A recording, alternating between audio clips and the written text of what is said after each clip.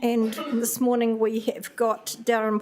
Darren's happy for questions going through, so I'll open it and leave it to you, Darren. Thanks, Madam Mayor, Morena, councillors. So I won't dwell on this, cut straight into it. Parking, as you've probably had many discussions yourselves, is an issue that vexes us all. People moving their precious bits of tin around the city and expecting, having I suppose, a huge expectation that as the public we will provide for that. That's no more or less an issue for us than it is for you or most other territorial authorities, certainly in urban areas. Regional councillors, as you are sort of guided by a hierarchy of mode to the railway stations. So walking and cycling drop-offs are all good, and as you get down to the sort of private car access, it gets a little bit more problematic for us, just because of the large area of space that has to be provided, often for people who are only coming one person per vehicle. So we are having to consider, as a regional council, as the provider of public transport, what we do into the future in relation to the park and ride facilities that are a feature of most, but not all, stations on the network. There are some stations, like Porirua, for example, that don't have any park and ride facility, where the parking is on your space, effectively, on local roads. There are others, like the primary facility here in Porirua City, the largest park and ride on the network, where it is a key feature of access to the public transport offering that we provide. So a number of things just by way of background. 6,200 car parks across 33 stations on the network. The larger ones of those are here in Porirua City, up in Waikanai, and places like Batoni. And then you get to smaller stations along the network where we might only have 30 or 40 car parks in some instances. Darren, can I ask you a question there? What are your plans for places like Plumerton and Mana, where we have no public transport, no buses? Are you going to charge at those? Because they've got no option. We'll charge at all stations ultimately, but we will feed that out over time. The issue here is that this is not just about park and ride facility, the car park.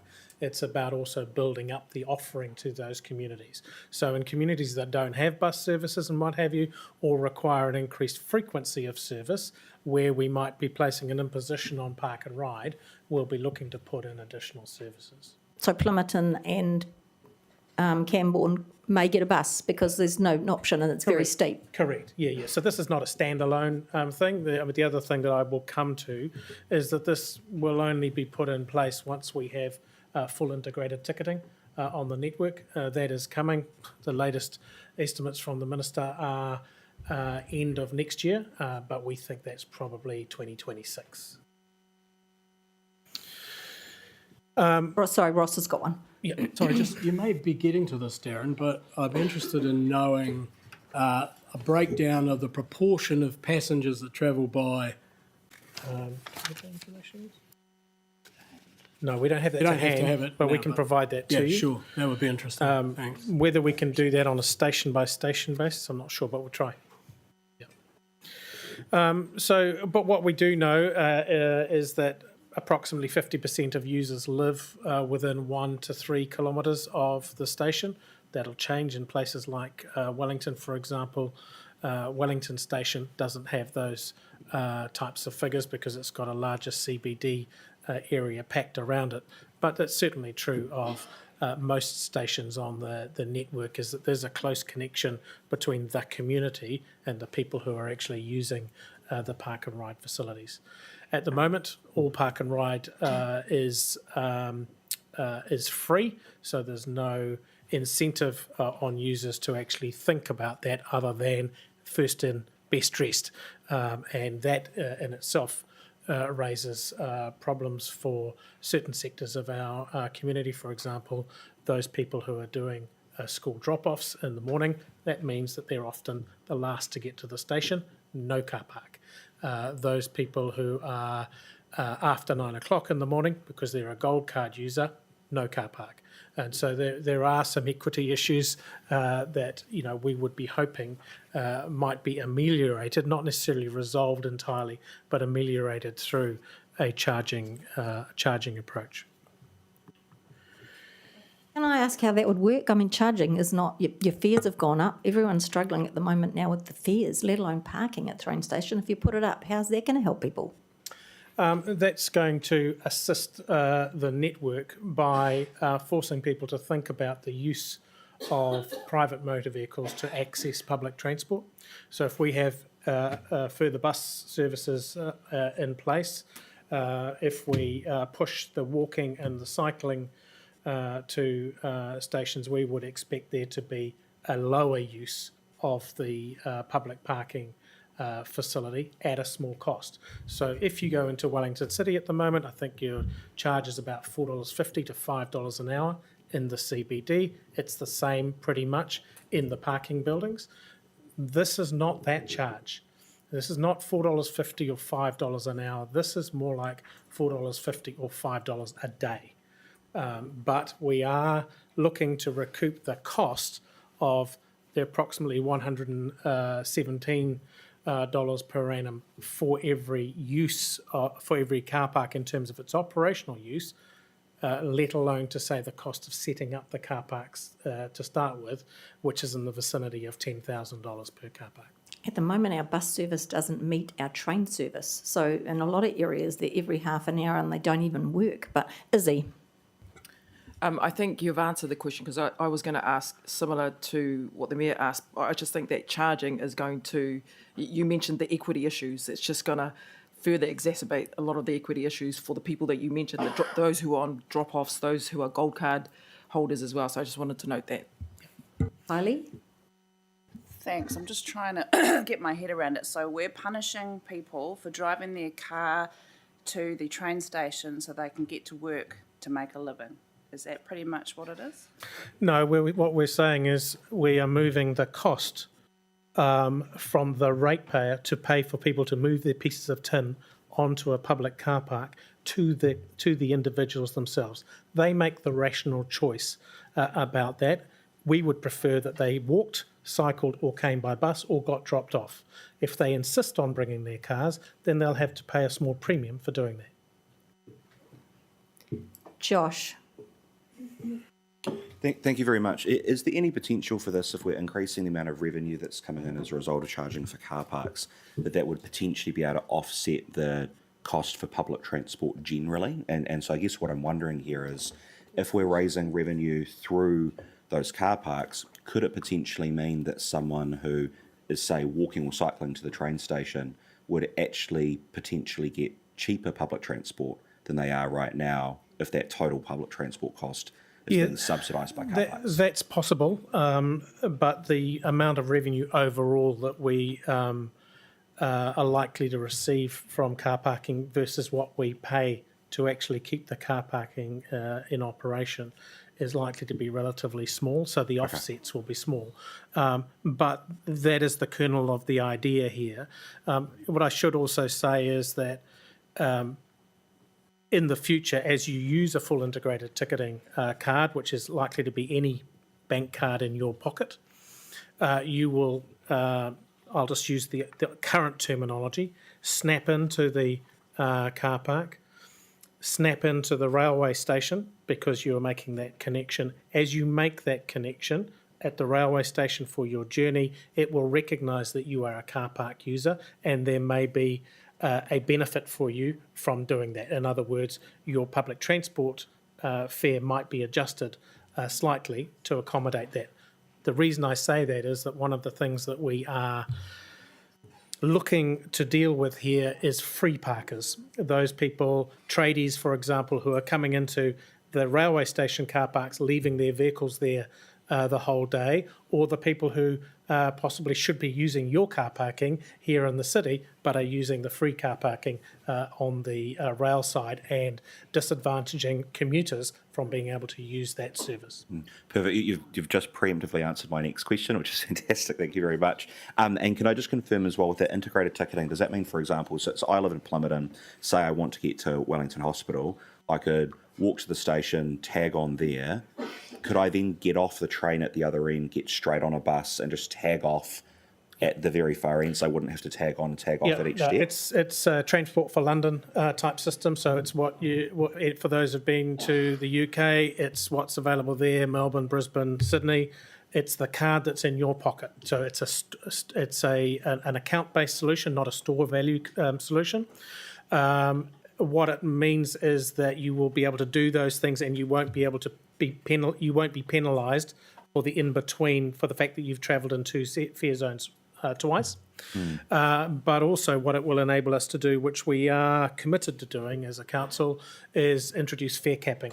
So if you have 3 or 4 journeys in the region in a day, or a whole week of journeys, at some point in that day or in that week, you will reach a cap, and every journey beyond that period will be free. Cool, thank you. And then my last question on this for now is, and I say this from a perspective of, in principle, I'm supportive of this. I think it makes a lot of sense.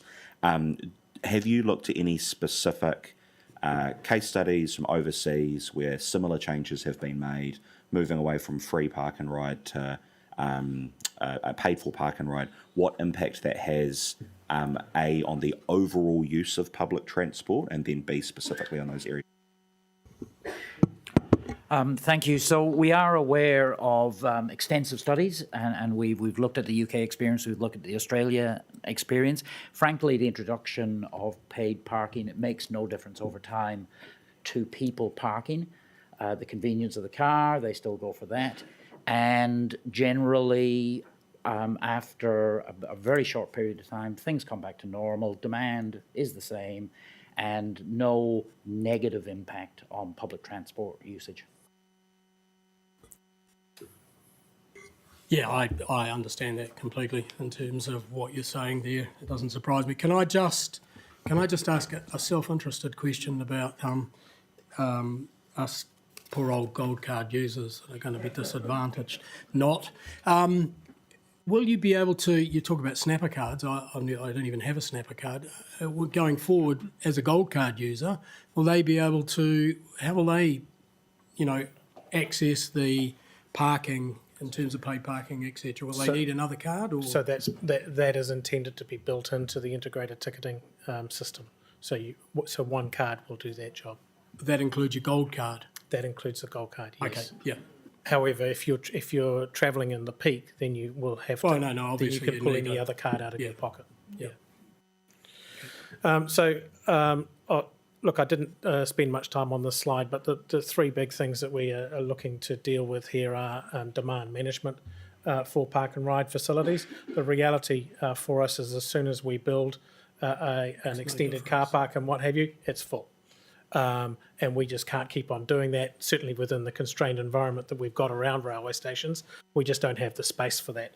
If you go up, then the cost of that is really starts to balloon, and then you certainly have to put a charging regime in, and it's not $5 a day, I can tell you that. Revenue generation and cost offset, it's not the key driver, but it's an important consideration for us. I think incentivising behaviour change and trying to get that mode shift away from motor vehicles is probably reasonably key in our approach here. So at the principal station within this city, approximately 1,477 car parks across the 5 stations in the network, and as I've mentioned, 2 of those don't have any park and ride. The largest is 971, and the it's a mixed ownership model. So regional council owns some of that land. The Crown via NZTA loans other land, and there is a significant amount of land owned by Porirua City Council. What that means is that we will have to have a discussion about revenue splitting, probably quite likely, or some understanding about how this commercial arrangement will change to reflect the parties who are involved. Yes, I think we do. Is there a question in there? Taku. That to the public, I mean, given the pressure they're under already, how would you, is it tomorrow, is it a rush or? Well, we've been on this journey for a while, and it's not. It's fair to say that the public are quite vitriolic about it. They don't like this idea. Free is good, but there's no free lunch in the local government system. I think you will appreciate that. We are looking to move the cost and incentivise behaviour for those people who can get on a bus, who can walk to their station. This may prompt them to do that. For those people who are insistent on using a car, or for whom that is their only option, they may find that they do pay more in the future. Taku? I think through the chair that I think it has to be thought through really, really important for our community. You know, we have a very, very low cost Yeah.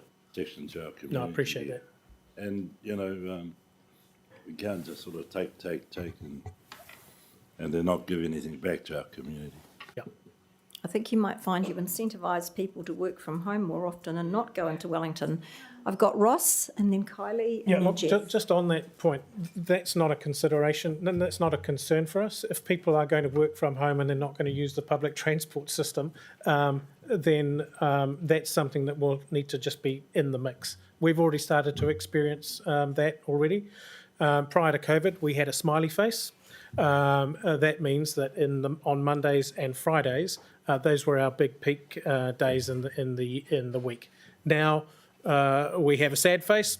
Mondays and Fridays we have less users, and it's actually the Tuesdays, Wednesdays, and Thursdays that we have more. So we are just learning to adapt to the network. If we have less users, we have to invest as ratepayers less in the public transport system. That's not a bad thing. Ross. You talk about mode shift. What's the research in terms of how much mode shift do you expect this to encourage, given, as Mayor Baker has already said, if you don't have buses, then people are not going to get on a bus. They're going to continue to do what they're doing. And I doubt very much whether you're going to encourage very many more cyclists or foot traffic in terms of getting to the station, unless you put the prices up and somebody says, oh, well, I'll just walk to the station. But you understand, particularly around here, that 1 to 3 kilometres is not necessarily flat. It's like that. It's going back home and those sort of things. So look, I agree with the principle of this. I mean, I think it's not unfair. I mean, the same people are going to be paying anyway, probably. So all we're doing is redistributing costs. But I'm not convinced that you're going to have, you keep talking about mode shift. I'm not sure how much of a driver, how much that's going to be driven, as it were, if you pardon the pun. Yeah, so look, when we're talking about mode shift in this context, we're talking about those people who bring their cars to the railway station. We're not necessarily talking about those people who drive into the city already. That's a separate issue, and that is a conversation perhaps more around congestion charging, which at some point may need to be in the mix here, but not at this point.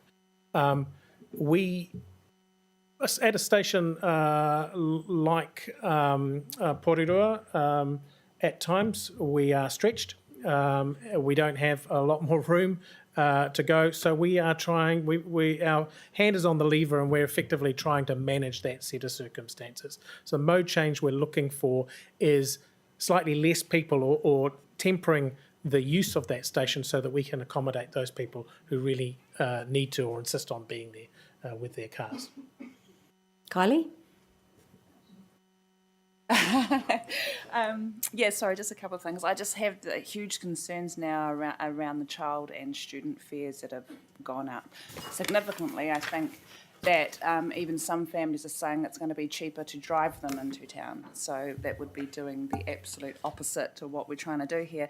But I have a question in regards to the Porirua station car park in regards, would a commercial arrangement with PCC, would that include the expectation that our council staff will be regulating those car parks?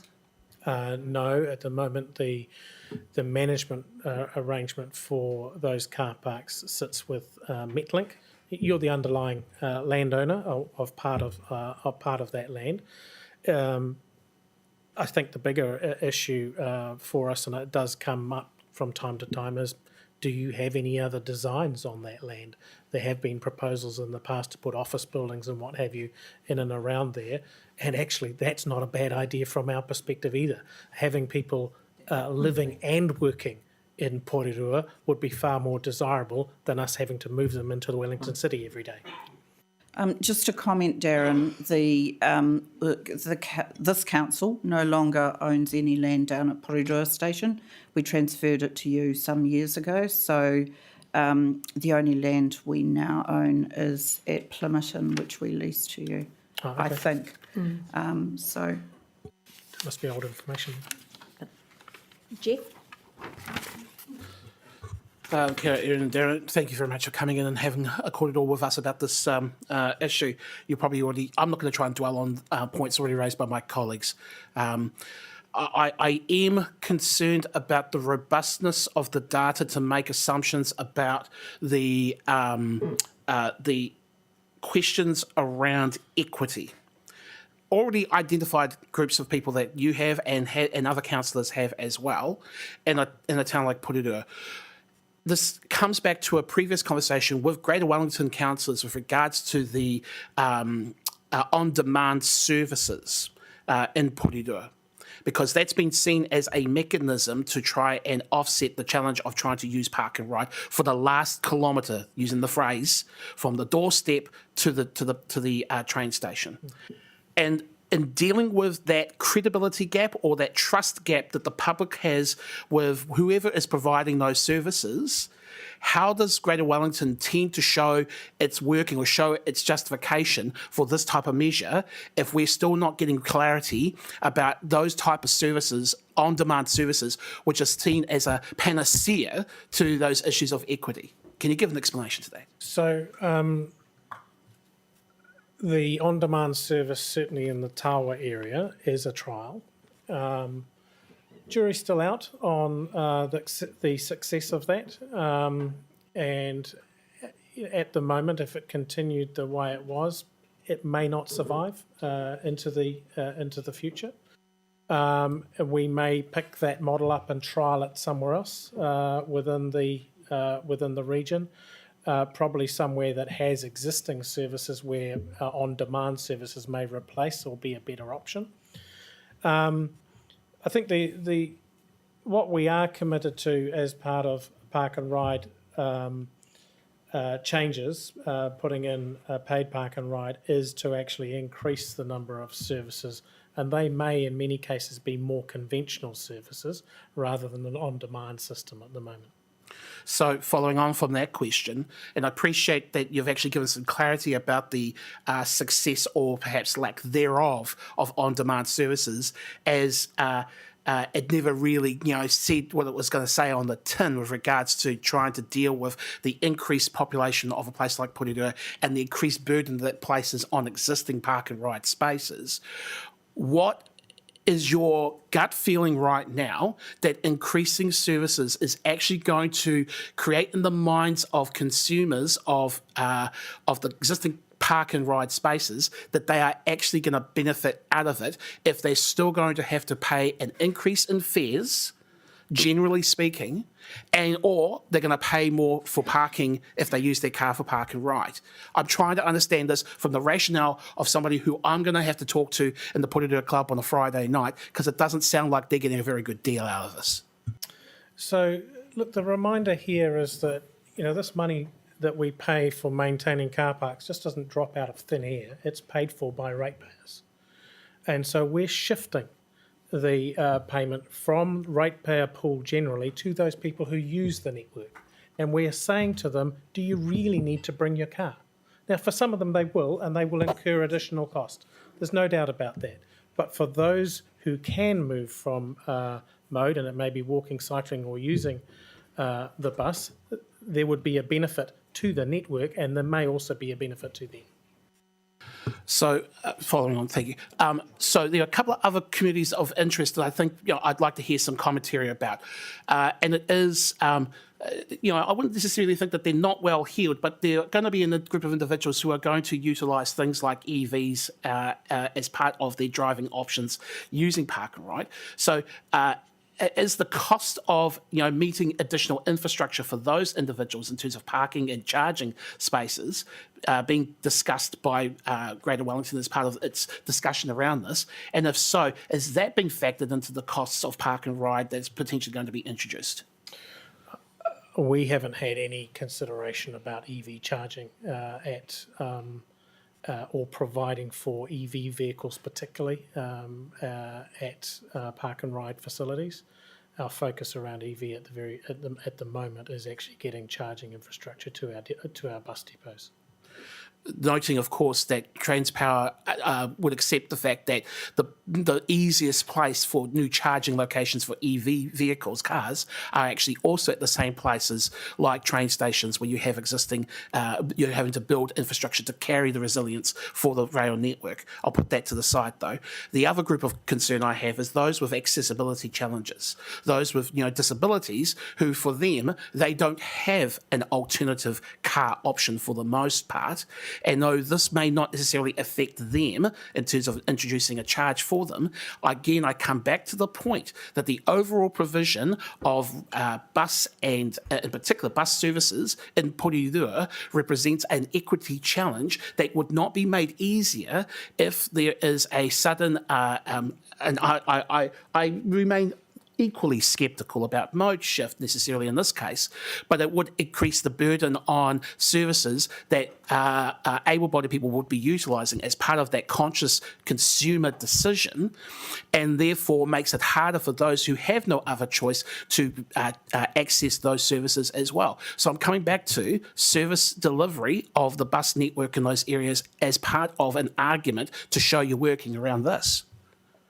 So I'm not sure what the question was, Jeff. There wasn't a question in there. Let me go to you this way. Are you actually, considering those with accessibility challenges as part of the broader themes of issues around accessing these services? Because I don't see the working here. Yeah. So look, we're at the very early days of this, and accessibility will be a consideration. I can't say that it will at the moment, but it may be that those accessibility spaces are continue to be accessed free, or with the particular documentation that you would need to have on your car if you were using them in Porirua City. So, we're not looking to be mean-spirited here. We are looking to implement a new type of system which will need to think about those, will need to have that consideration in mind. Two more questions.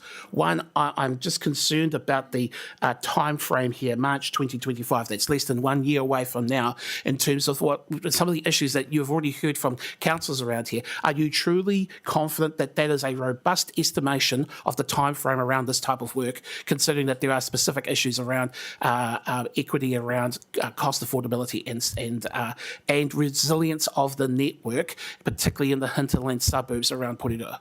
Look, I am, because that's a commencement date, not an end date. Full integrated ticketing won't come in this region until 2026, and we're not obligated to implement the system that we're talking about here at that point. What we need to have to be able to implement this is integrated ticketing. That doesn't mean it needs to come in 2026. Last question. I note that the Chief Executive has made points already about how much actually land we own that is actually utilised for Park and Ride.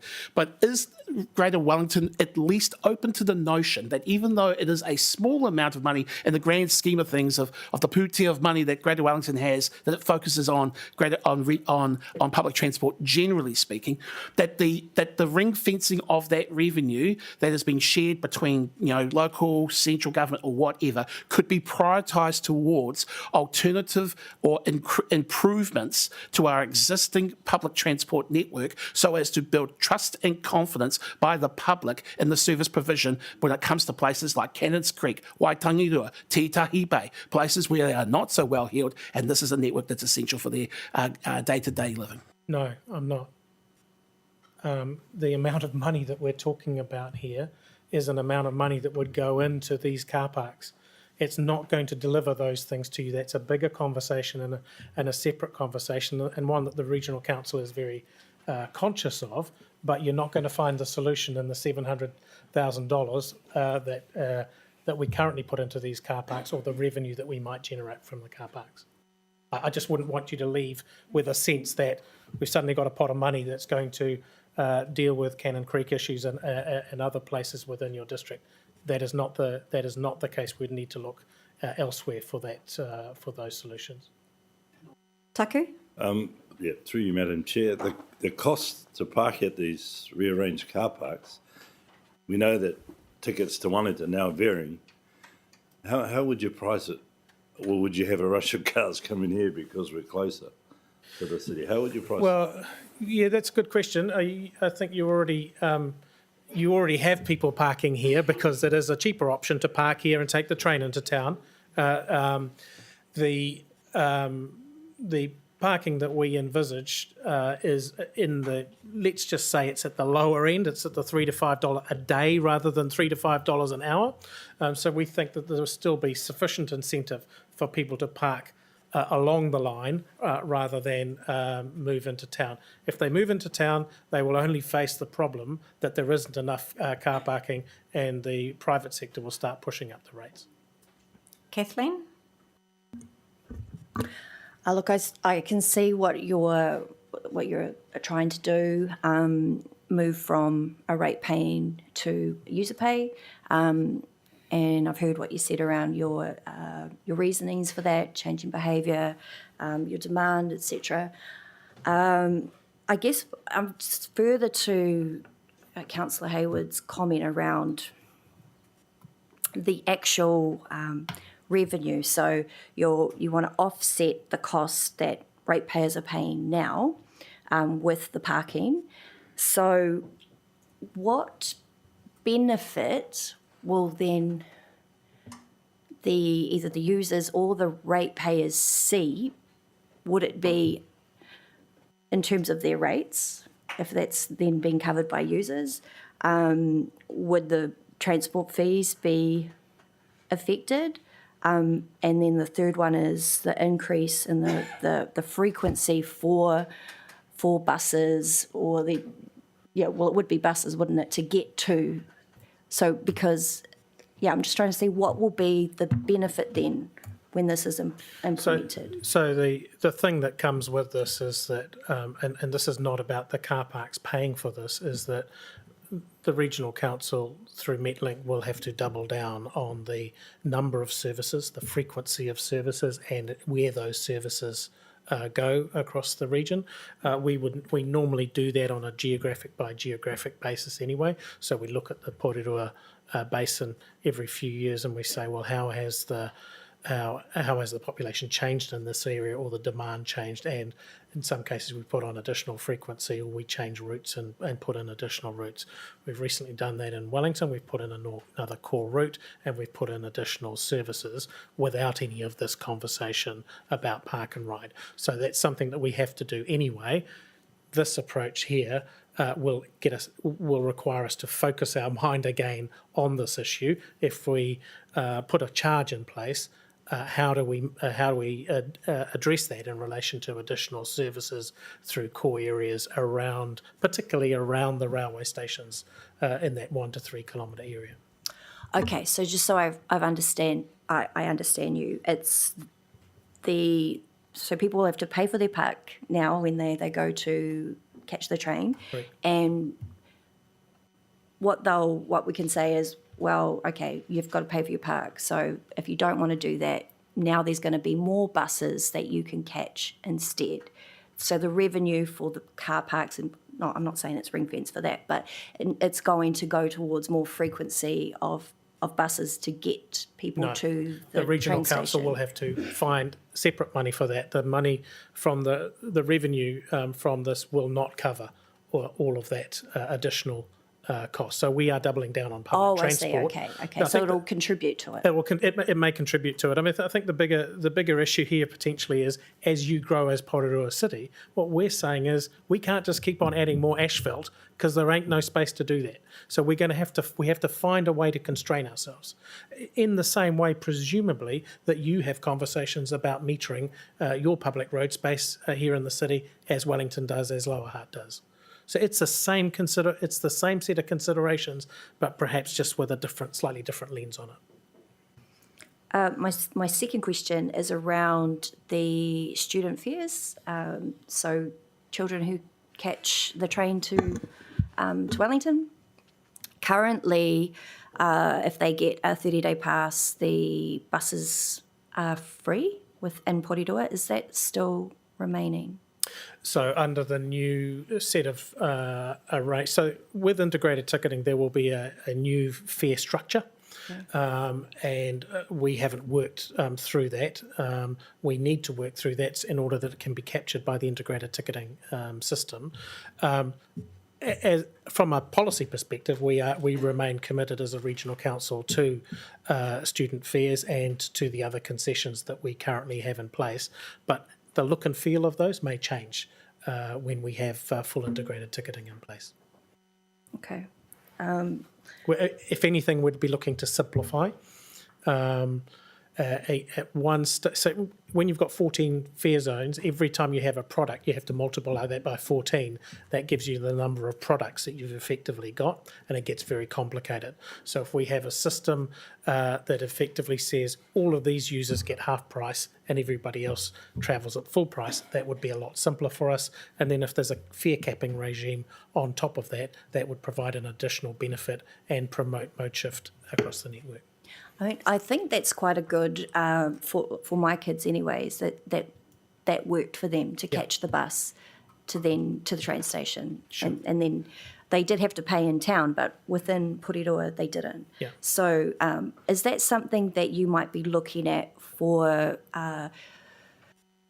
people who commute and are on a 30-day pass in general? That the buses that they catch would be within that pass? Yeah, so look, not many people raise a 30-day pass these days, so I'm pleased that you have.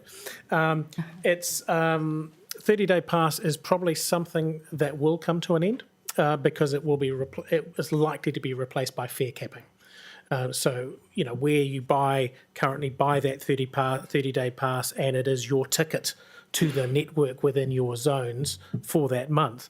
In the future, fare capping will do that job. So if you go to Transport for London, for example, and cities in Australia, there often is now no monthly ticket or weekly ticket. Everything is incentivised through the fare cap regime. So once you get to a Wednesday or a Thursday, if it's your children, for example, they might then find that the Friday and the weekend is free, full stop, because they have already shown faith, if you like, to the network. Cool. My last question is just around the consultation. What is RPTP, and so what's sort of the process? So What's that going to look like? RPTP is the Regional Public Transport Plan. So this will be done in conjunction with a review of that plan. We administer that plan as the regional council. So that consultation will be across the region, from Otaki to Masterton, effectively. Oh, okay. Yeah. Is that it, Kathleen? Josh. Thank you. Yeah, I had a couple more questions. The first, I'm just trying to get a bit of context around the potential cost increases. So I got some questions. Apologies, this isn't intended as a pop quiz. I wonder at the moment approximately the cost of a return ticket from Porirua to Wellington for your average commuter. What sort of daily cost are they looking at currently? I'm not a user to this zone. Seven. Yes, Seven. Seven, one way. $7. What? One So, way. so call it One way. $14 for, and so we're looking at maybe $3 to $5. Call it $4 for parking for the day.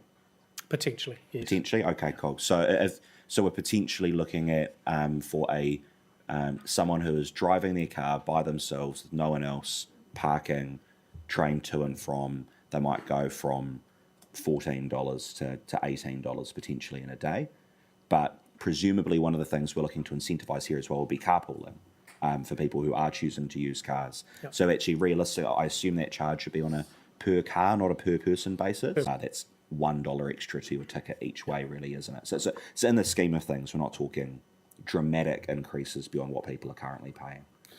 No, we don't think so. But the narrative, the public narrative, is that is not the public narrative around this. You bastards are coming in to hit us again. And look, we just have to wear that. I will face the public down on this issue. Because I think we need to have that connected facility free, but we just can't accommodate anybody else within that facility. Yeah, perfect. That actually gets through to my next question, actually, because you've alluded to this a little bit. I wonder if you could speak a bit more about what the counterfactual is here, because often I think there is a mistake when we talk about these things. The options we are choosing from is the status quo versus paying for parking, but we know that's not actually the options here. Something has to change going forward. So let's say hypothetically you don't go ahead with this, we don't do paid parking. What does the next 10 years look like? And I'm thinking in particular for somewhere like Porirua, the demands that we have, what would that result in terms of like the amounts of more parking we would need, the costs associated with it? So we've already made the decision as a council, because the OPEX is quite eye-watering for car park facilities, and because we can't find a lot of additional land around railway stations, we have already made the decision that we are not going to place any greater investment in expanding park and ride facilities.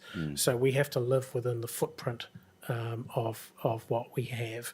That means that if we continue to have demand through population or through a migration onto the network, mode shift in other words, that people are going to find it difficult to be accommodated, and that is likely to arrive at your doorstep.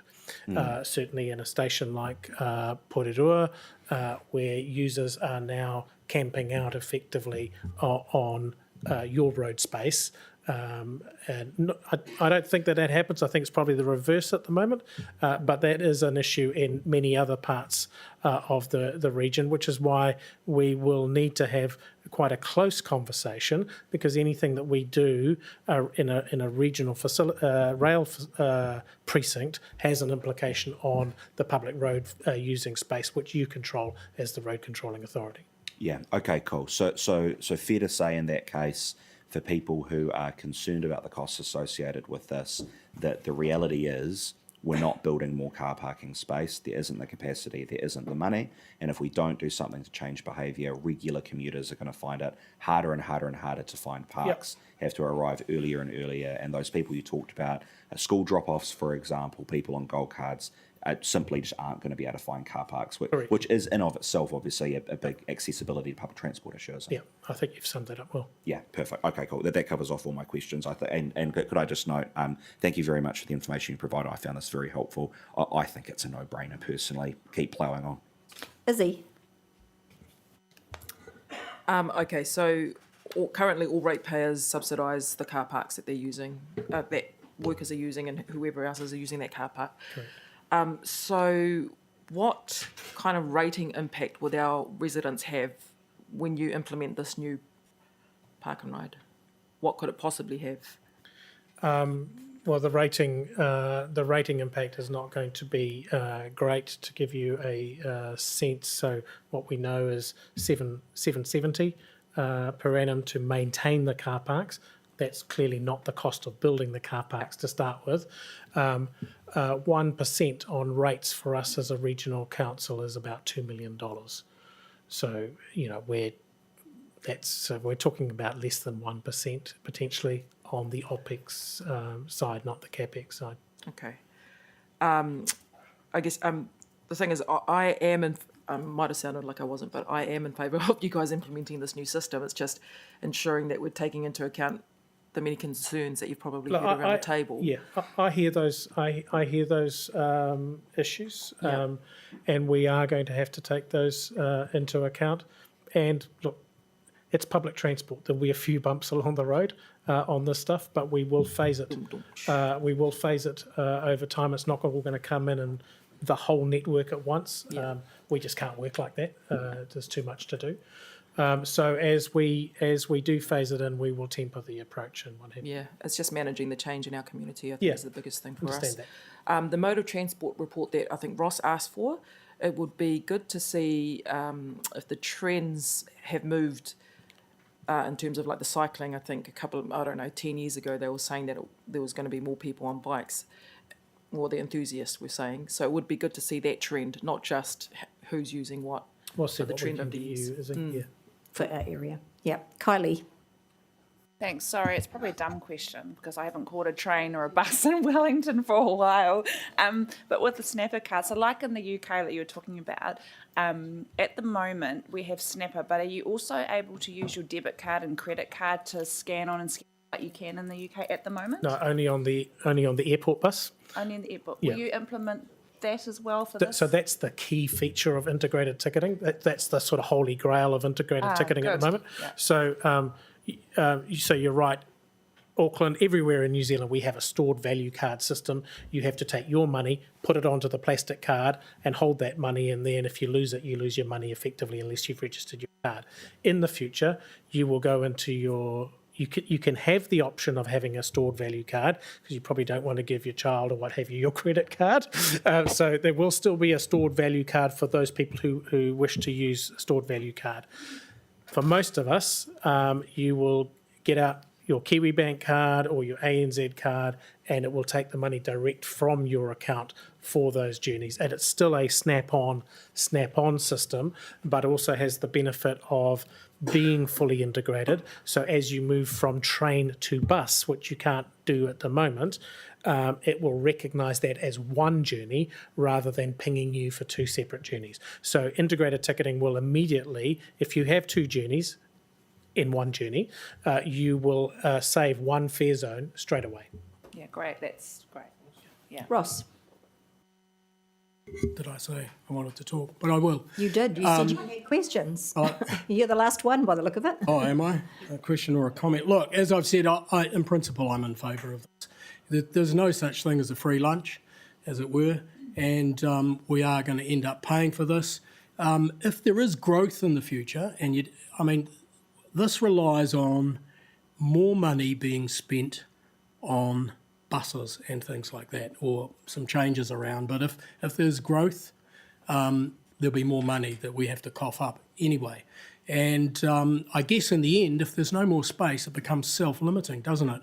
And then you invite the private sector, perhaps, to do something in terms of if people require space for parking, then maybe other parking facilities can be built in places like Porirua.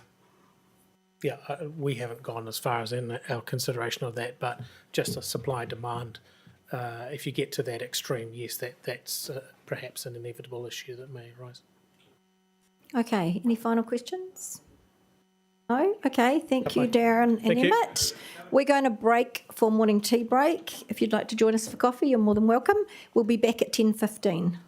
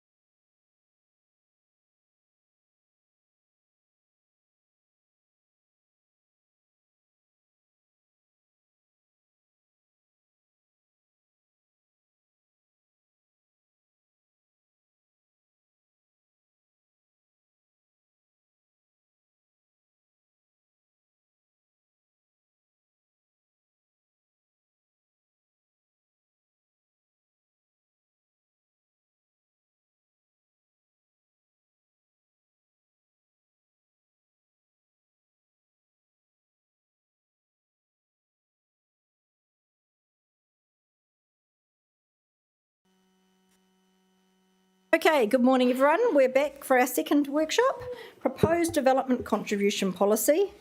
You do have it on your iPads and it's going to be on screen obviously. Zach is happy to take questions. Jeff, I know you have to leave early. Would you like to ask your question first? I waited to go through the process, but I'll just noting that my question is just around my off-quoted issues regarding carve-outs that we have created within the DC's policies already, and whether or not we should be looking at as another area of urgent concern, social and community housing provision in Porirua. You can bring that up now, you can bring it up during the presentation when you think it's appropriate, but that's my particular concern and how that's going to, whether or not any work officers have done in regards to that concern. Yeah, I wouldn't mind taking that a little bit later because it will talk to the Te Turu Whenua Act slightly as well, so I'll take that there if that's all right. But let me know if you need to leave and I can bring that forward. Okay, so I'll hand Thanks. it to you, Zach and Matthew.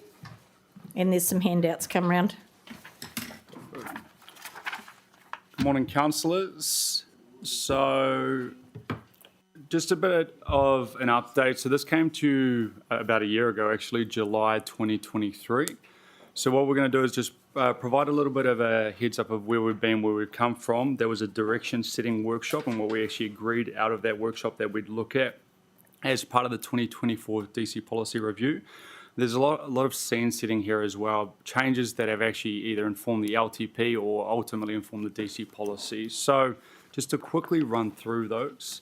The DC policy is one of the key financial policies of council, so it is dictated by the LGA and must be updated at least once every 3 years. So the LGA, or Local Government Act, actually provides for that. Our last policy, the 2021 policy, was adopted in September of 2021, so 3 years ago. Over the last 3 years, we've seen some of the most significant changes actually to growth planning, nationally and regionally. So you had the changes to National Policy Statement of Urban Development, and we'll talk around how that's actually impacted the current draft of the proposed policy. You've had changes to the Resource Management Act, the original change, and then the flip back and everything that's going along with that. And you've also had the implication or introduction of the Te Turu Whenua Act 1993 and the preamble at the start of that, and we'll cover that in a little bit more detail in the next slides. Over that time as well, we've actually seen our city change. So we've got a largely newer operative district plan that is in the mix that actually unlocked further brownfield intensity and new greenfield lots within the city. It looks at higher density development and what does that actually mean for growth planning rather than urban sprawl. And we actually also have to look at the increasing demand on our infrastructure and actually how robust our growth planning processes are. So the 2024 policy allows us an opportunity to review all of that. We'll quickly go through what we discussed at the direction setting workshop, but actually how does our DC policy reflect not only our changes in our city, our growth planning, and then actually the costs attributed with growth planning. So just as a bit of a jog for the direction setting workshop over a year ago. So one of the key things of the DC policy is DC policy isn't a leading policy. It actually incorporates a lot of the other work that council undertakes. So the biggest one of this is new asset management plans. So we actually adopt the asset management plans that are adopted through the LTP. So it isn't the DC policy that's leading that. It's ultimately the individual technical experts, and Matt will talk to that in a second. We also have new residential growth projections, so they have been included, and we will talk to that on a further slide. Interestingly, though, compared to the 2021 policy, there's actually a slight decline in the 30-year projections, again, coming from the long-term plan. We've also had to adapt the new DC policy to include the new Northern Growth Area sites. So this is both the Mount Welcome and the Murray Road block, which was previously in some of our growth planning exercises and infrastructure schedules, but actually how do we attribute that and charge that for growth planning purposes. We will also cover the brownfield reserves charges. So these are all changes to the policy, and we will deal with these in the preceding pages of the presentation. And we are looking at the introduction of kamatua housing. So these were the big questions we asked you a year ago, was what should we look at as a result of changes to the National Policy Statement, which was our brownfield reserves and kamatua housing. We always use the DC policy as an opportunity to actually just look at general policy updates. So as a statement, the 2021 policy has worked well. It is robust and has functioned throughout its time. Again, has built on the 7 previous policies, so we update it each time. This one is largely just looking at policy wording changes and actually a few key updates just to be in line with general best practice. The thing to note here is that in the direction setting workshop, we did bring up the idea of resetting our non-residential development. So this has been an area of our policy which has probably had less focus in our residential side, simply because a large portion of our growth over the last few years has been residential development. The reason we've sought to defer this is because of the changes originally around Three Waters reform. Three Waters reform or Three Waters DC charges represent about 70% of our overall DCs. It felt flawed to try and significantly overhaul our DC policy while we actually didn't understand the concept of what was happening with Three Waters reform and their respective DC charges. It would need quite a robust project behind it to actually look at forward-looking growth projections for non-residential, where that's split over the city, and without actually knowing the landscape of Three Waters reform, it was ultimately deemed a little bit flawed and it could potentially undermine our policy in the future without actually knowing the outcome of that. So our preference is to defer that to a future update of the policy, which at worst case scenario would be a 2027 one, but with everything that's going on with Three Waters reform and everything else, it could be sooner than that should it need to be. Are there any questions now? Cool. So I'll hand over to Matt, because the next slide is actually about the work that's been undertaken, and he's been the one undertaking the work. So, good morning. This slide here is just about, it's really the technical inputs at the background. So the DC charges, they pay for our growth-related infrastructure. Our growth-related infrastructure comes from our asset management plans and our LTP. So we've looked to incorporate those as we can, and looked a little bit further than the asset management plans, as we're doing a 10-year LTP, and our previous development contributions policies have been over a 30-year period. We've introduced the new growth projections for the city, largely based on the Sense Partners data that has been published, and worked with our technical leads to work with how that looks at the infrastructure that they're providing. We've moved through and we've looked to include cemeteries in this DC policy as well. This has been something we've looked at historically, but we have now included it as we have a cemeteries project that is spinning up. So two further points on that, not to undersell the work that Matt does. So there's been a significant amount of work in the Three Waters space with Wellington Water to actually understand what the constrained list is. So through the long-term plan, there was an unconstrained list. With DC policy, you actually have to prove there's a potential that the project will be achieved, or ultimately you may have to refund DCs. So there's been a bit of work to look at the growth project list for Three Waters. So Matt has worked with Wellington Water to kind of look at what's appropriate, which is largely kind of consistent with what was in the previous 30-year DC policy in all reality, with escalation applied. So it takes the information from the long-term plan, but it creates an artificial cap because we simply couldn't deliver the $6 billion number that had been put out there. And in regards to the cemeteries, this is a weird one. So this is very new. There was a change in legislation a couple of years ago. So as the city grows, and Matt will nod no to this because he disagrees with my argument on this, but we currently have 20,000 people, 20,000 homes within the city, We're expected to grow by 10,000. That's a third to me on simple math.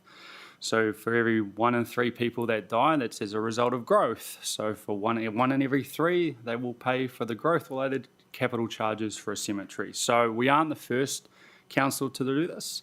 It is a result of growth that you will need further capital provisions to upgrade your cemeteries over time. So there is a logic, and the legislation provides for this. But it is a slightly weird one when you actually get into the capital infrastructure related to it. So it is just in line with best practice. Happy to field questions on that, should there be any. There is actually, my question was actually regards to cemeteries. I appreciate the commentary you've just given around the legislative change. And obviously, yes, even as my colleague joked about do dead people pay rates.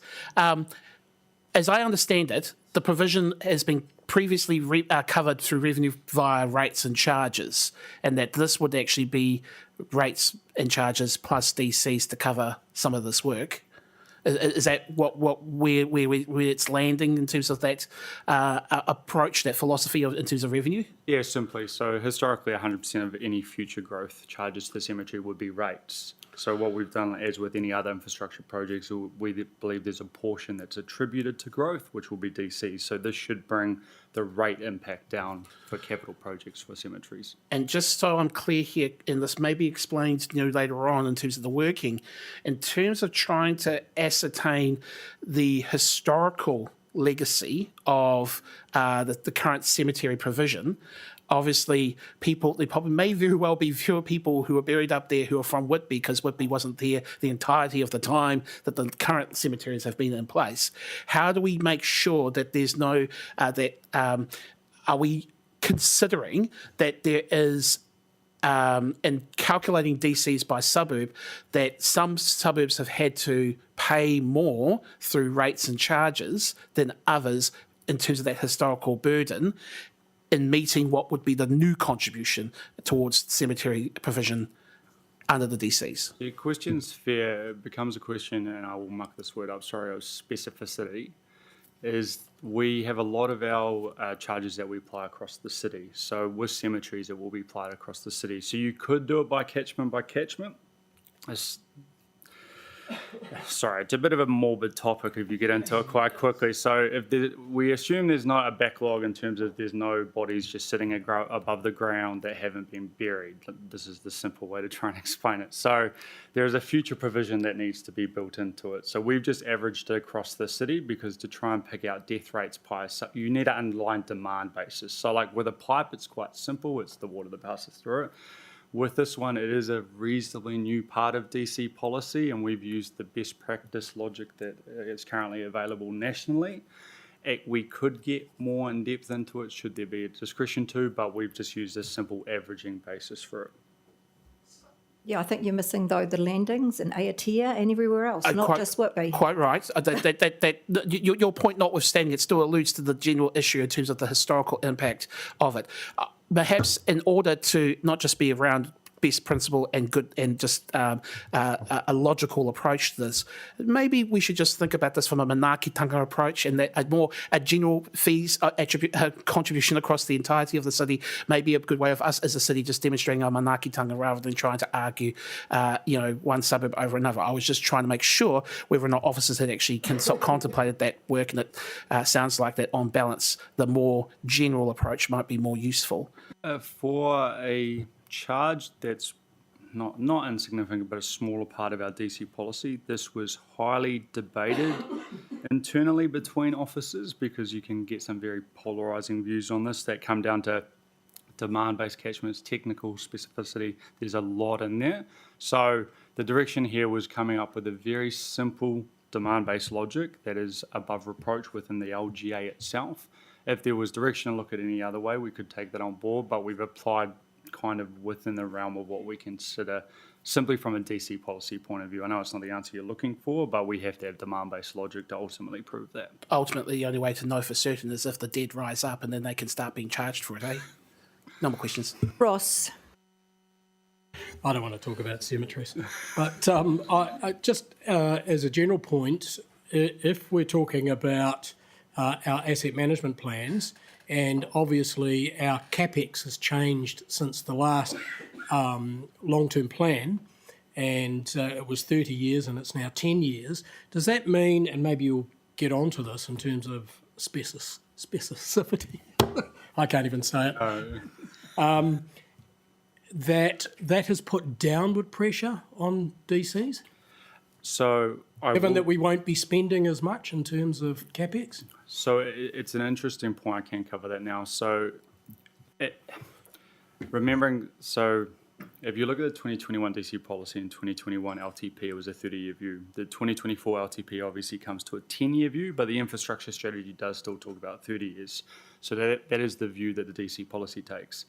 I think there is a simple statement there that over a 30-year term, you don't actually see a difference overall in terms of capital spend over a 30-year term. It's I suppose, the front-loaded nature of the spend. So in the previous long-term plan, I think there was about 50 to 60% of spend was actually in the first 10 years. You've got a much more flatline spend profile. So if you take it from a 30-year, there's not a large significant difference in terms of projects. The ultimate pressure you do have on this is there's escalation over the previous 3 years, which you'll see the upward pressure soon when we get into some of these rates that are coming out. Mike's just going to make a comment here. I just want to make sure we're not conflating CapEx with growth.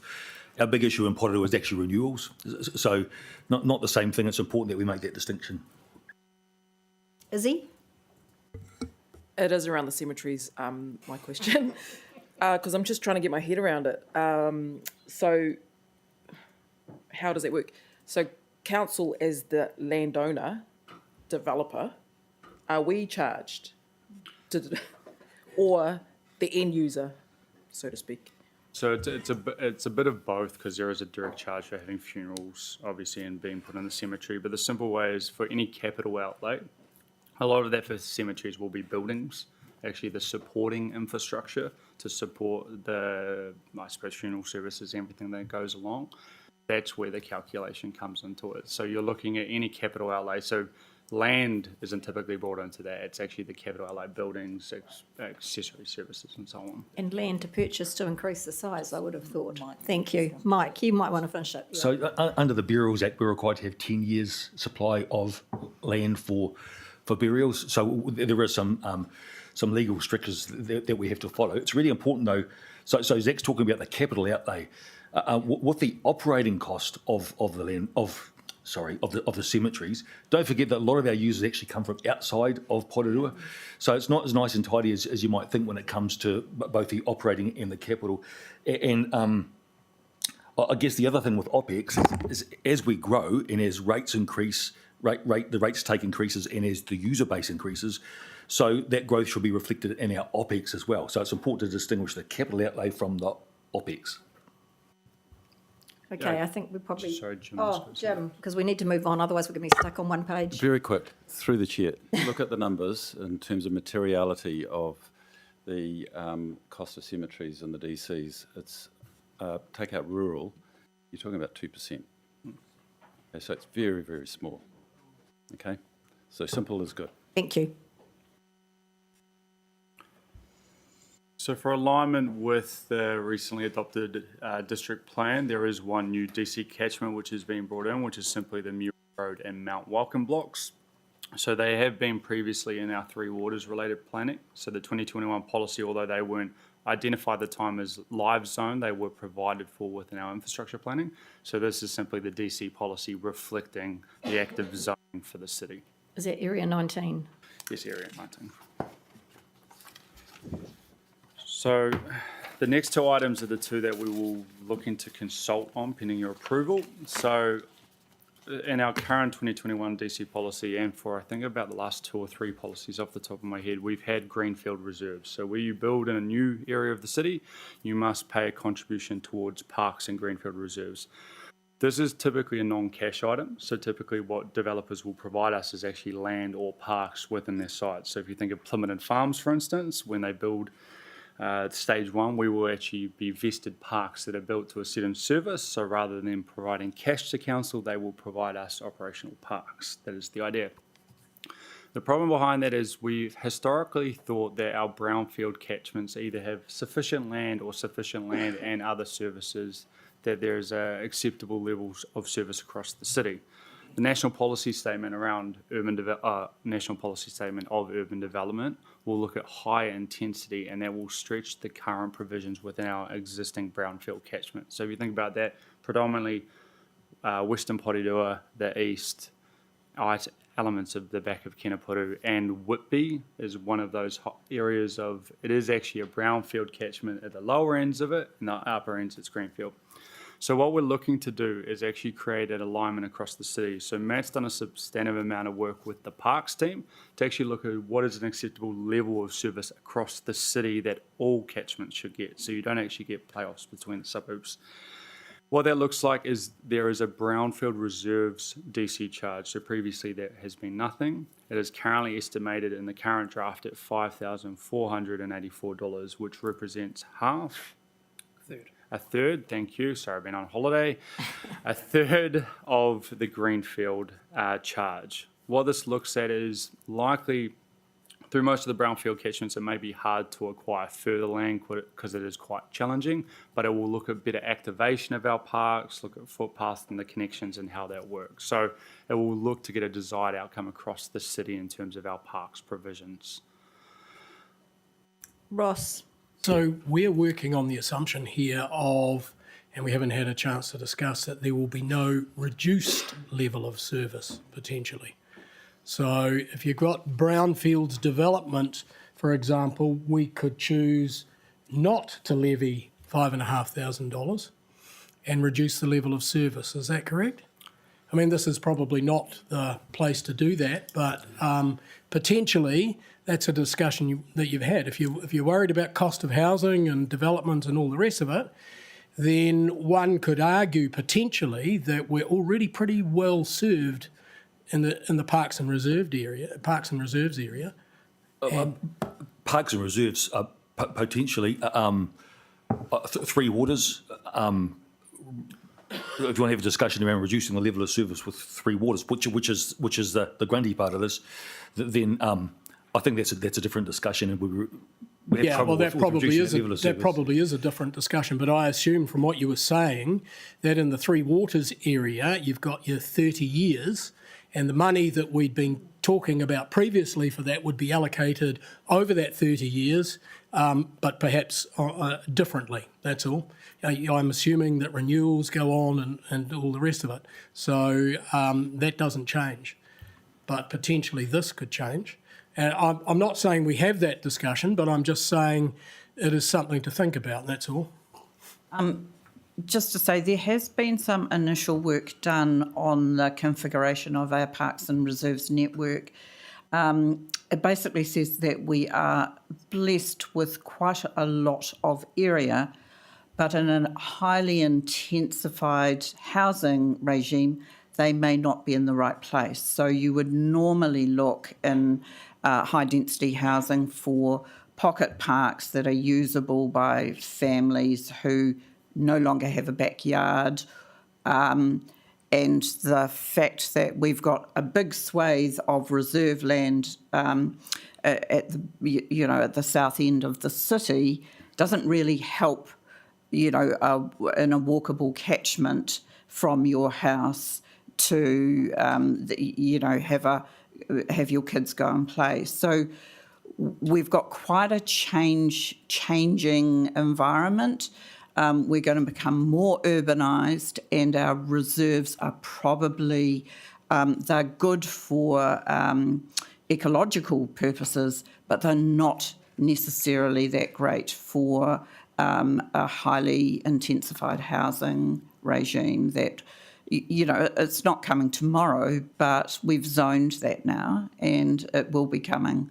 And I see the ministers now talking about even, escalating that. So I think that is what we're just trying to make sure that we can provide for a city that is going to be different from the city we know right now.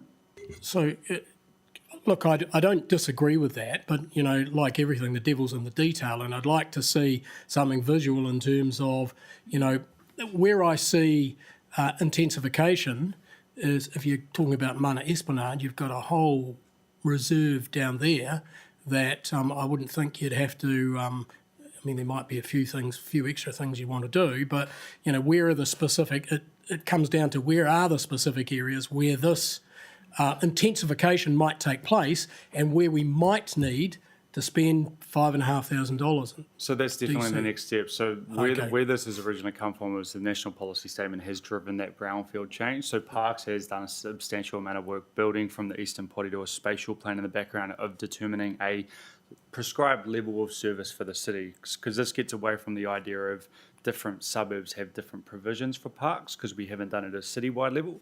Typically, those that are newer greenfield suburbs have better parks because they've had to pay them through our DC policy. So this gets a general alignment. It will come back as what is, parks will definitely bring that back in terms of what is acceptable level of service or what are we trying to achieve. But remembering this is in a 2-year response from the national policy. So this is the first inkling likely of this. And Greenfield Reserves, for context, came, I think it was across about 2 policies where we actually tried to understand what that looks like, and is the one piece of infrastructure within our DC policy that isn't hard infrastructure. It's actually land, and there's a lot of pluses and minuses with developers in some ways. Jeff? No, but my question, I think, is sort of answered, but to assist my colleague, it's unfortunate because of the way that we've had to decouple this corridor because of the uncertainties around Three Waters that we haven't actually been able to do it as part of what we would normally do. And I think is where we should be having the conversation next time, the LTP around level of service corridor. And we should just leave it at that for the time being. So the second part we will look on, there's a couple different strokes, and this ends up largely not being a DC matter in some ways, is we are looking to bring in Kaumatua housing into the DC policy. And this is more of an alignment than anything. So retirement villages have been carved out in our policy for about the last 2. So they have a slightly different charge attracted to them because they are well-resourced and actually can prove the demand that retirement villages have on our underlying infrastructure. So as part of our 2021 DC policy, there was submissions on what the underlying basis was. And when you looked at the market data that was available, it looks at about 50% of the charge of a standard residential development. The proposed change to the DC policy looks simply to align Kaumatua housing with retirement villages based on the fact that they have an underlying age that needs to go in there, and they have similar characteristics as well. So it's more of an alignment to update the policy. Question may be why it wasn't the last one. It wasn't something that was raised highly. This has been quite heavily engaged across the nation as something that needs to be addressed. In terms of more broadly, in terms of the Te Tunu Whenua Act, DCs are quite prescriptive in how they work. You must have a piece of infrastructure that is attributed to the growth, and then you can split it over the workable HUIs. It's not to say that DCs cannot support this act more, but it's actually been devised that we actually probably need to have a much broader council response to this overall than simply just looking at a financial tool. So there has been a team set up across council to actually look at this. For context across the nation, Auckland has a grant that looks at Te Turu Whenua Act and how they actually look or incentivise Māori-related housing. Other councils have remissions. It's very new. So this is the first time all councils across the nation have kind of got into this. From a DC point, we think we need alignment for Kaumatua housing because it simply just needs to be that way. And we think there actually needs to be a broader work undertaken actually to understand what council's response is rather than what the DC policy response is to this piece of legislation. Jeff? I'm genuinely appreciative of the explanation that you've just provided. I have one question. With regards to this alignment with the Te Whenua Act and Kaumatua flats, we are talking merely Kaumatua flats on land that is Māori collective held, not freehold title. Is that correct? Yeah. So obviously it doesn't cover all Kaumatua flats. It covers only those that are sitting on collective title. So for anyone who wants to establish as part of a portfolio of social and community housing that wants to focus exclusively on Kaumatua or a portion of it on Kaumatua, they're not going to benefit from this unless they are mana whenua. I think the simple answer is yes. So we've had to ultimately work out a definition that can be prescribed and landed in the policy. So whether it goes far enough, that this is one of the areas we do want submissions on. So looking at national legislation, this is an element of grey area around what the definition is and what it looks like. When this was tested internally with the project team, this is the questions that do need to be answered. In all reality, whether that should be the DC policy that is answering those is probably the area of contention. So the broader policy actually looks at how do rates play and what are the possible options to us to actually respond to this act. But in the time available, this is where we've been able to land in terms of what we think. Hang on, Jeff. Jim would like to just answer that as well. Yeah. Sorry, through the chair. Look, there's been quite a bit of a discussion at ELT about this, and it's in regard to the rates remission policy. And so we'll start to see the rates remission policy being extended beyond individual to potentially collective housing. So that's something that's being reviewed at the moment. We need to understand the impacts of that. Anything you would like to add, Wendy? No, but there's obviously just more work to follow. You know, it's we've taken a simple kind of point of view. If you have an impact on our infrastructure, you should pay. So we've had that principle for quite a long time. Growth pays for growth. These are nuances of that. I don't think we're really ever going to be able to much move away from that, because otherwise somebody has to pay, and it's either the existing ratepayers or it's the developer. There are particular circumstances around collective ownership of land that would make you think that actually we need to rethink that portion of it. But if it's because from experience I can tell you it's pretty difficult to get developments on. Taku will talk to this much more than I would, but this is it's a difficult area to get developed, to get land developed, and Māori do hold land. We should probably incentivise that development of that land for housing purposes. That's a good thing, people having houses. But we also have to balance the who pays. I mean, that's our job, to work out who pays for which portion of that. It's a bit of a thorny one, and we will come back to you on the remissions side of thing, which is probably the other element of this that is of interest. But Zach's right, the DCs is only probably a relatively small portion of this. There's other ways, there's other policy mechanisms to look at encouragement of these things. And you did ask about social housing more generally, and I guess that falls into the same principle that we've had. If it has an impact on our infrastructure, somebody has to pay for it. Does this council think it's worthwhile existing ratepayers paying for it? That's not been our policy position in the past. We've always said that should be added to the cost of the housing and be paid by the, generally by the purchasers or the users of that, and that it's more transparent to provide those any mitigation against those costs in a more transparent mechanism. So it's it's a thorny area for sure, and we're all pretty motivated to get good quality housing for our people and the people who are coming to live here. But it's a work on. Thank you very much, and I guess just to reflect back that. If it is rates remission as a more likely solution, that is actually an approach that I would be more strongly in favour of, because again of the transparency issue. DCs were utilised, however, for me because it was at least you could make the argument, and I think this is the point.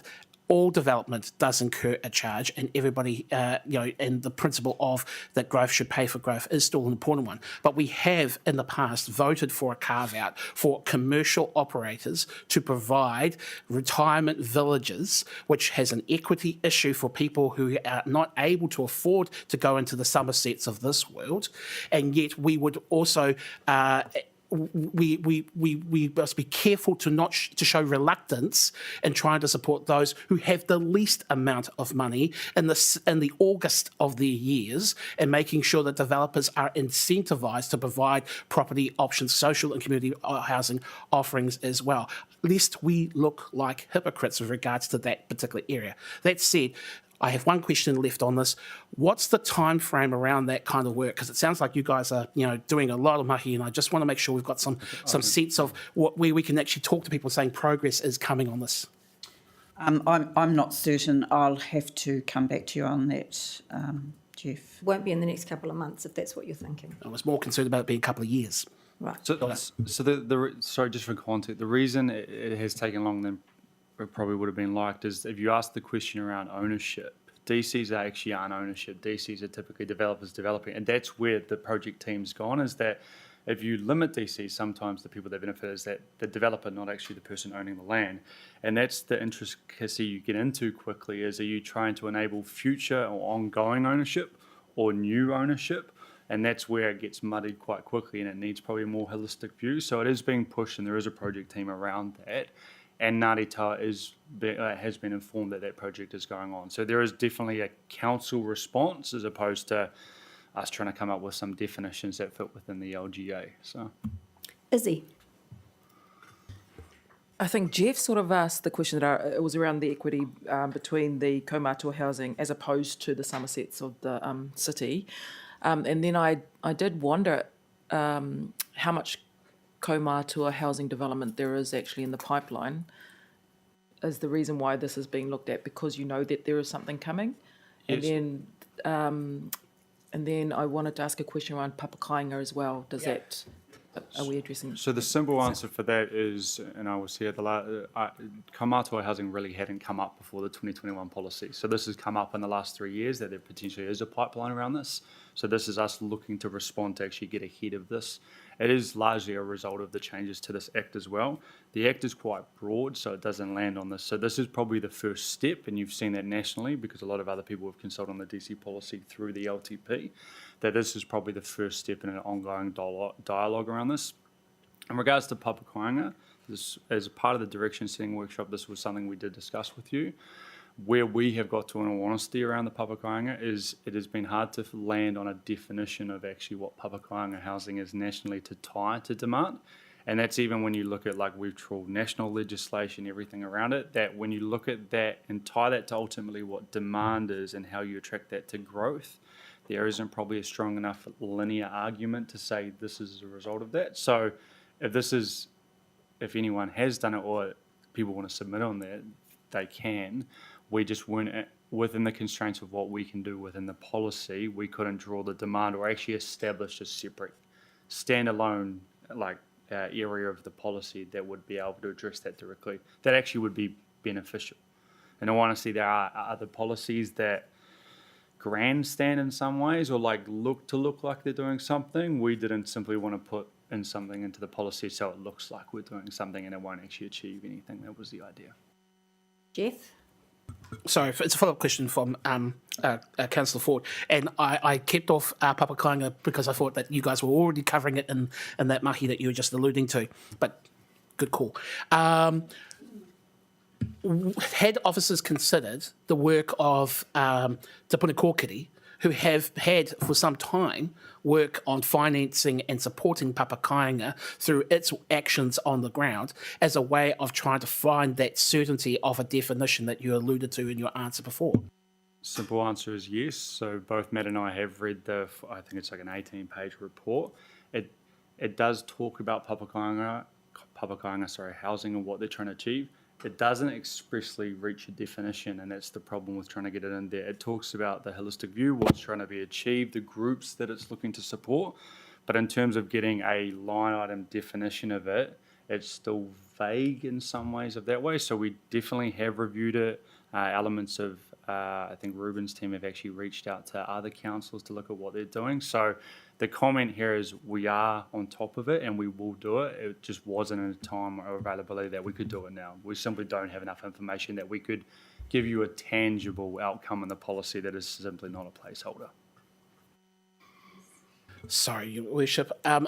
Is there a potential, once we've dealt with the actual here and now with regards to the Porirua situation, to actually work with other councils around the country to ask central government to change the legislation or at least give clarity through its legislation as to the definition of papakainga so that there's certainty across the entirety of the motu? You missed that through the local government remits. I note that. No, I note that. I'm pointing out whether or not we could unilaterally do that, or collectively, irrespective of whatever LGNZ wants to do. So Ruben's team has been working through, and they are looking to set up actually a national working group around exactly this point. So there is within councils a move to look at what a project team could do to actually get alignment nationally rather than getting ad hoc approaches to it. In terms of the broader nature of the question, I probably can't answer that. That's probably more a political matter than a DC matter. Okay, next slide. Couple of key takeaways before we get into the numbers. So just for context, in the next 30 years, we are expected to grow by 9,950 as opposed to in the 21 policy, which was 10,000, but for sake of rounding, it's virtually the same number. The comment around that our previous long-term plan was slightly more front-loaded. So in the first 10 years of the 21 LTP, we're expected to take around 50 million of DCs. In the first 10 years of this LTP, we are expected to take around 42. That's simply not a change in the overall total spend of capital projects, just a more flatline spend over the 30 years. So there's a more even spend in years 1 to 10, 11 to 20, and 21 to 30 than previous. Again, as we consistency between the policies, Three Waters represents the vast majority of DCs at about 70%. So before I get on to the next slide, I just wanted to give a bit of context for what's gone on regionally and nationally before we get into our numbers. So in terms of our regional comparisons around our neighbours, so Hutt's average DCs have gone from about $16,000 per lot to $44,000 per lot. Oh, sorry, the range. Sorry, bear with me. Sorry. The range of their DCs is between 16 and 44,000. They've looked to phase them in over a 3-year period. Upper Hutt has a range of between $9,000 and $32,000, and Wellington is the lowest in the region currently at $4,500 to $16,000.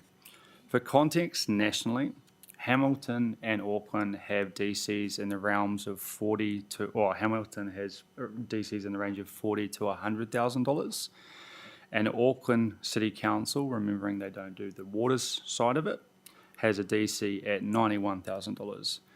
So the big question around DCs, as it's consistent, is the cost of funding growth is increasing.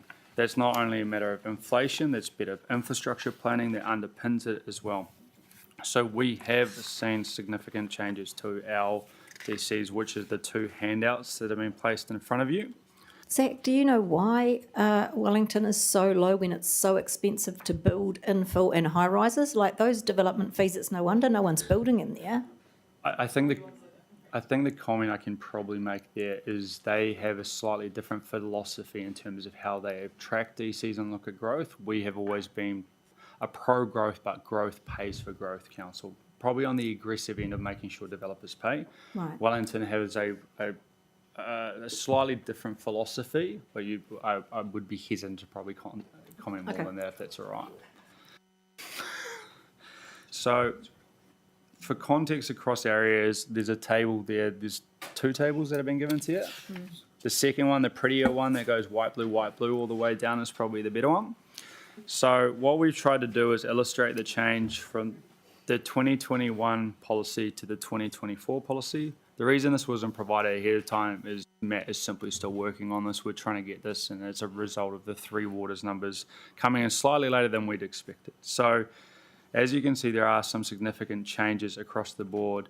What we're seeing is there's probably a decrease in the range of our DCs, i.e. historically we've had some lower catchments, i.e. in the west and the east, and you're finding that at the top end starting to push up. Simple answer behind that is infrastructure projects have increased in cost over the last 3 years, so all forward-looking projections, including across the 30 years, have increased.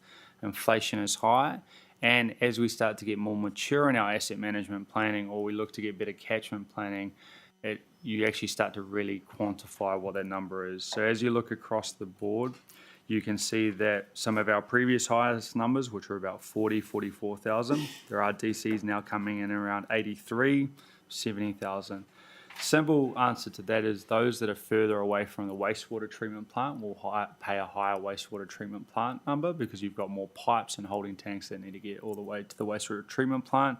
And you'll also find there are some changes to those brownfield catchments as a result of the introduction of the new brownfield reserves. So this is really just the catalogue of the timing that the asset management plans come into the long-term plan. The growth is then worked out as part of the DC policy, and then these are the factors that drop out of it. Again, we will be high regionally, as we have been for the existence of every DC policy we have, because we believe we recoup better growth charges from developers than other councils, but that's probably my statement more than anyone else's. I think it's fair, we've got lower ratepayers. Yes, ratepayers, yeah. So the worthy note here is that although the consultation for DC policy won't consult on the numbers, because as a result of this, these are the numbers adopted from the LTP, this may be an area that warrants discussion or people feel they want to submit on the nature of are DCs restrictive or what that high level is. The simple comment behind the scenes is as technical officers, it is not our job to make judgment calls of what is affordable or what it should look like. Our job is simply to look at what the growth related portion of that is and charge that to the end user, because anything else would look at cross subsidisation, and that's not our job as technical officers. So are you saying that the handout we've got won't be in the document? Sorry, it will be in the document. So the full DC policy will go out with the fees in there. It won't be a consultation item specifically because it incorporates that as a result of the long-term plan, but people may wish to submit on that in some way. Okay. Ross? Can I just ask a question? Area 19, for example, which is a new area, DCs are only 61.4, but DCs in other existing areas are higher. Can you just explain that? I can do that. There is one simple answer to that. So our asset management plans look at the future provision of infrastructure services. We actually don't have a plan to service those lots with a water reservoir. The main reason being is that there are two major developers that own land there. Likely they will build the reservoir is the planned or the current plan. So they won't pay a DC for that. They will likely vest a reservoir to council. So the reason or the significant reason that differs from some of the higher ones is there actually no water or potable water DC as a result of that. So it will level out if you were to add that in. Will you mark that in the document so people understand that? Yeah, so in the proper, if you refer to the other table that was provided, in the far right-hand... Not without spectacles. Oh, okay. So under water supply, there's simply something that says developer funded in there and makes it quite clear that it will be funded by the developer. Right. Remembering that that is simply the Mary Road and Mount Welcome block, and both of those developers have been made aware that it is the case of that how it will be. Ross, you had another one? Sorry, I don't know whether we talk about it. It begs the question, the new water entity, how will these charges be treated with the new water entity? Will just a proportion, like 70%, go to the water entity? Will the water entity levy the DCs? Will we levy the DCs? Perhaps it's for a future. That is still in draft. Yeah, okay. Say no more. I think the simple comment is growth is getting challenging to afford, and irrespective of who owns growth, Doesn't matter they'll who need to owns fund it. Yeah. Kathleen? Sorry, just a quick question. Sorry, it's going back to the cemeteries. I noticed that in cemeteries, one of the columns in the handout is that what you were talking to before, or were you speaking to if we? Yes. Yeah. So this is a new addition to. Yeah. Okay. So and these figures here this is per house that is built. Yeah, so the far right-hand column, the one in the blue, that if you can read it, apologies, my fault, says total excluding GST. That will be the total amount payable per household. Okay. So that the money for the cemeteries is just sort of collected the same across every house, and then that's put towards growth for the cemeteries. Okay, Yeah, cool. effectively we take DCs across all of them, and then behind the scenes we take them into separate accounts and we hold that money until a point in time where it is spent on the related capital projects. Yeah, okay, thank you. And is that similar to what happens with the Three Waters as well? Yep. So for all DCs, as we currently do it, so say you take $100, for instance, for simplicity. When it comes in, we take $100 worth of cash. That is then separated and ring-fenced into each of the respective groups. So citywide reserves and new reserves, so it's split behind the scenes is the idea, including Three Waters. I suppose the comment there was when Three Waters reform was going to happen. Fortunately for us, we've got a quite detailed list of the accounts that relate to, or DCs that relate to Three Waters, so we could actually quite quickly separate those to understand what that looks like. But it is on a sort of case by case basis, obviously, with the two that are doing their own reservoirs. Yeah, so the reason those are 30-year asset management plans, we don't have any provision to build a reservoir because we won't ultimately build them. It's a bit of a weird knack of the policy, but those are simply the two sites where we will likely vest a reservoir. Last question is, it's not really in here, but it's just sort of, I've recently seen a passive home, and have you thought about how DCs would be addressed for passive homes that don't need any, water infrastructure at all, but they're not necessarily rural? So it's an interesting question. There's a DC answer to that, and then there's a broader planning aspect and everything on how that looks, and there's a rates impact to that as well. I think the simple comment to that is we have an approach that if you have the provision of tiny homes, for instance, as well, and what that looks like. So if there is the provision for you to build and you submit a consent, you will pay a DC because we have a very simple policy. The question that you have asked, though, has come out just about every policy that I've been a part of, because there is a push to look at, standalone, or solar is not a good instance, differing demand to what our average is, then we can look at what that looks like. But we actually haven't been presented with a case such as that so far. So just so I understand what you've said, that I've heard you right, is what you're saying, if someone puts in place, like even a development of passive homes that does not impact the infrastructure at all because it doesn't need to use it, but it can access it because of that it's there, they'll still get charged the same? Is that?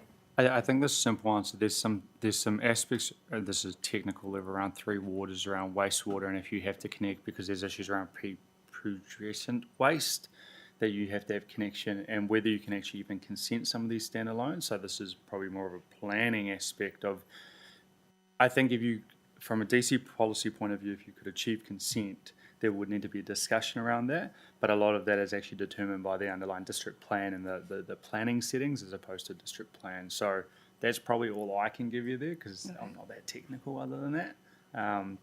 It is a developing area, though, when you start to look at it, but the policy does have provisions in it that where you get something that isn't your standard base case, that we can look at what that looks like. Oh. We haven't been presented with that thus far, though. Okay, great. Ross. Just looking at the development contribution charges, can you just, it seemed interesting to me that stormwater was only $482, but cycleways were $696. Can you explain that? Yeah, happy to. So our DC charges come from the underlying asset management plan, so that's what's in our capital envelope. One of the weird distinctions around this is DCs pay for off-site infrastructure typically. So when you connect into it, a lot of the major developments, if you look at growth, will actually have to build stormwater-related infrastructure as relating to the underlying planning settings. Think of Plymouth Farms, they will likely have to, stage one will build a significant wetland to treat and look at storm, and that's why that is a little bit of an outlier, because in terms of what council is building in the next 30 years in terms of capital infrastructure, that's what that number reflects. So it is a touch of an outlier. Or Kotahi at the moment, is it? No, but wouldn't cycleways for, say, Plymouth Farm, for example, wouldn't they be integrated into the cost by the developer? Yes. So therefore you wouldn't have to take those into account either, the same way as you're talking about. Yes. Sorry? What do they connect to? So they could be. So the simple answer is this is your standard DC charge. If Plymouth Farms was to build cycleways or infrastructure that had a broader benefit other than just to their site, that's where we will enter into a development agreement and look at those pluses and minuses. So this is your standard charge for a homeowner. There are the pluses and minuses once you start to get into major developments or where they are building infrastructure on our behalf.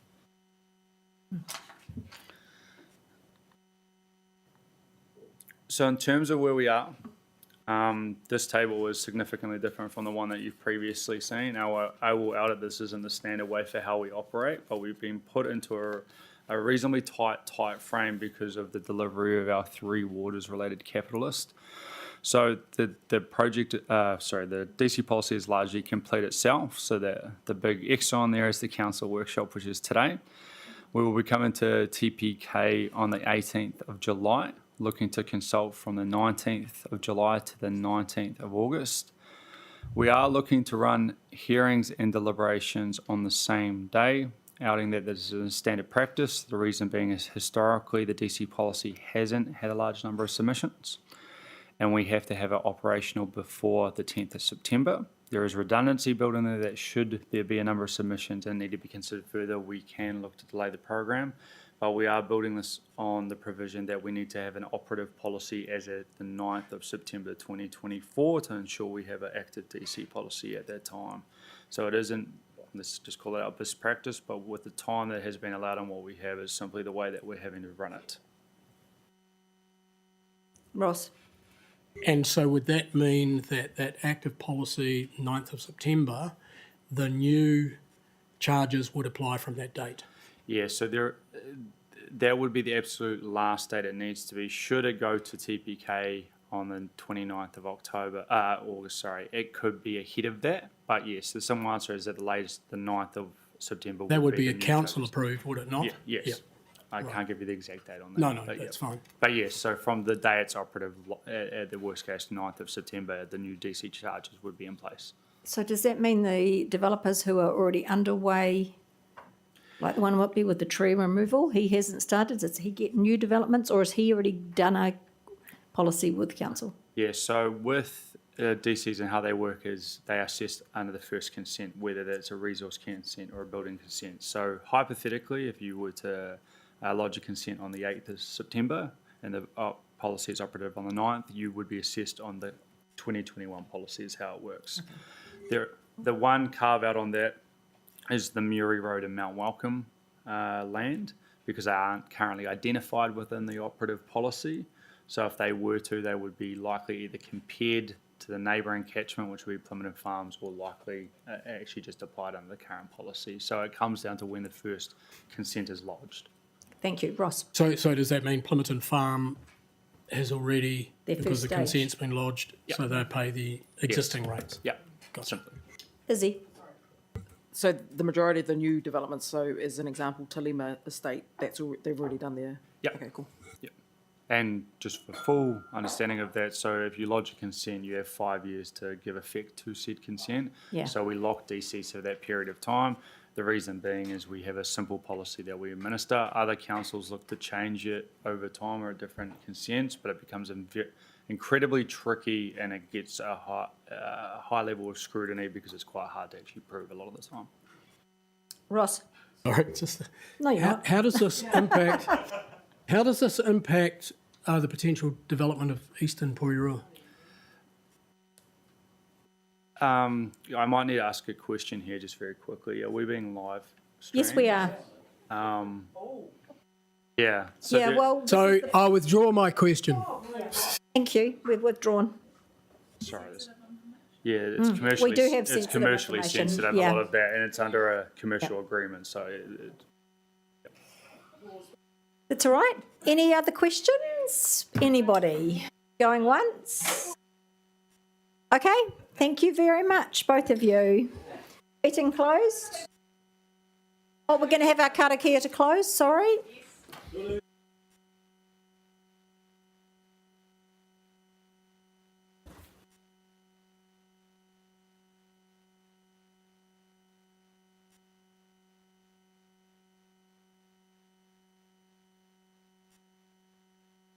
Thank you.